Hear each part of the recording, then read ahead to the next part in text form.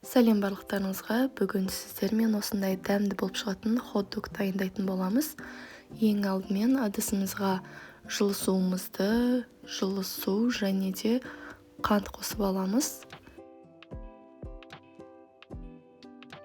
Содан соң дәл осы реттілікпен тұзымызды саламыз. Одан соң қопсытқышымызды салып, жақсылап араластырып аламыз ерігенше. Одан соң ерітілген сары майымызды құйып, барлығын біркелкі болғанша жақсылап араластырамыз.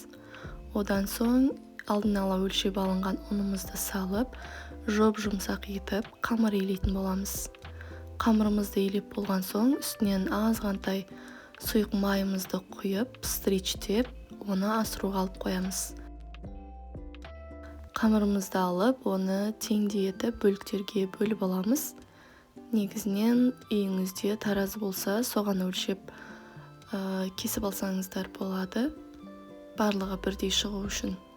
Ал одан соң оны жақсылап жұқалап жайып, қамырға мұқият болыңыздар, оны кішкене төртбұрыштау етіп жайған дұрыс. Жайып болған соң осылай екі шетін орап аламыз жақсылап. Үстінен басып шығыңыздар, піскен кезде ашылып кетпеу үшін. Және де тура осылай өзіңізге қажетті формада, өзіңізге ыңғайлы етіп жайып алсаңыздар болады. Дәл осылай қалғандарында осылай реттілікпен жайып шығамыз.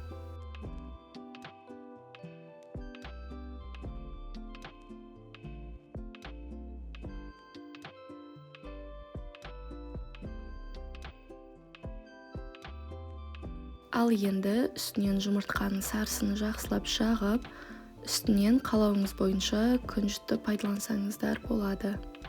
Және оны пісіруге духовкаға жібереміз. Ал одан соң бізде піскен сосиска және одан кейін чимчи салат және помидор огурцымыз бар. Соның барлығын өздеріңіздің қалауларыңызша салып, үстінен майонез және кетчупты әдемілеп осылай пайдалансаңыздар болады. Және майонез кетчупты осылай ыңғайлы пакеттерге салып, ұшын кішкене ғана қырқып жіберсеңіздер, осылай әдемі болып шығады. Мінекей біздің өте дәмді және тез дайын болатын хот-догтарымыз дайын. Егер сіздерге рецепт ұнаса, арнама қолдау көрсетіп кетіңіздер. Барлықтарыңызға рахмет.